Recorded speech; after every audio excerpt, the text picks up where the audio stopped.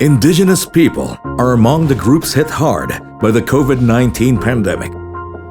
But their concerns are being drowned out in the competing priorities of the government.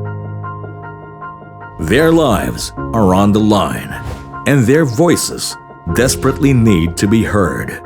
Even before the country went into lockdown, an indigenous community had to evacuate to escape armed conflict in Maguindanao. They were trapped in evacuation sites when the lockdown was announced. They could not secure food nor return to their farming livelihoods. Many indigenous communities encountered the same problem. Living in remote areas, aid had trouble reaching them. But by far, the biggest threat to indigenous peoples amid a pandemic are so-called development projects. Projects given permission to continue under the lockdown. Projects which will threaten the environment and the lives of indigenous peoples. Tboli-Manobo Indigenous People, South Cotabato. A Tboli-Manobo indigenous community has been locked in a struggle with a coffee plantation owned by a powerful Filipino family conglomerate. The permit for the plantation has been renewed for another 25 years without the consent of the community. The community has long opposed this project because it destroys the environment and is not in line with their farming practices.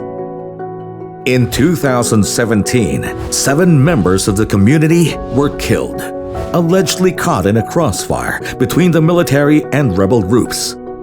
A claim the Commission on Human Rights Project report found far-fetched. For international watchdog Global Witness, the massacre was probably related to the struggle of the Tboli-Manobo community. Blaan Indigenous People, Tampakan, South Cotabato. In Tampakan, South Cotabato, a large-scale mining project is picking up pace, casting a shadow on the way of life of the Blaan Indigenous people.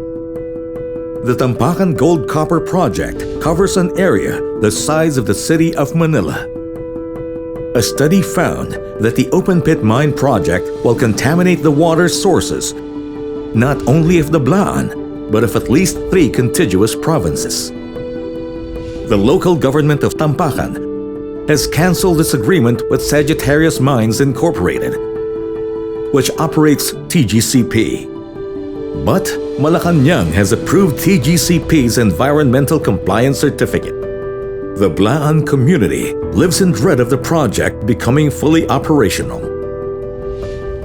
Teduray and Lambangian, Maguindanao.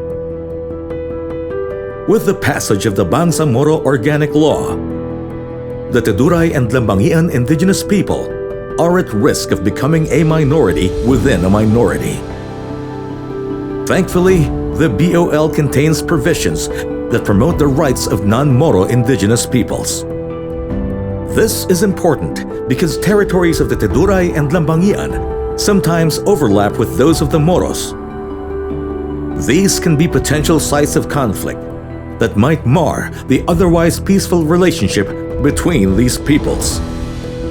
Tboli Indigenous People, Didipio, Nueva Vizcaya. Oceana Gold Philippines is an Australian-Canadian mining company that operates an open-pit mine in Didipio, Nueva Vizcaya. In 2019, the permit for Oceana Gold expired, a permit that only the president can renew. The community quickly set up a people's barricade at the entrance of the mining plant to prevent it from operating any further. After 25 years, the Tboli indigenous community was fed up with Oceana. Their water source had been polluted and their farming lands destroyed. But in April 2020, amid a lockdown, the People's Barricade was violently dispersed by local police. The police were escorting a company oil tank that was apparently given permission by Malacanang to enter the mining plant. To this day, Oceana is still not packing up. even after the Court of Appeals upheld the suspension of its operations. Dumagat Remontado, Sierra Madre. In the Marcos era, Macliing Dulag was martyred for opposing the Chico River Dam project in the Sierra Madre. Today, the Dumagat Remontado are staring down the China-backed Kaliwa Dam project, which will displace hundreds of communities and decimate forests. Kaliwa Dam is a flagship project of China's Belt Road Initiative, or the BRI. It is worrying that these so-called development projects are continuing amid the pandemic. Quarantine restrictions have eroded the ability of indigenous people to pursue legal action. The recently passed anti-terrorism law could also be weaponized against indigenous peoples, who are often red-tagged for resisting these projects. Studies have shown that epidemics break out when large-scale industrial projects like plantations, dams, and mining encroach on the environment. What these indigenous communities want is to develop their land sustainably, based on a harmonious relationship with nature. Not destructive activities like mining, which is what the Department of Environment and Natural Resources is recommending as an economic recovery solution. The government's post-recovery strategies will only be effective when they respect nature and recognize the rights of indigenous peoples.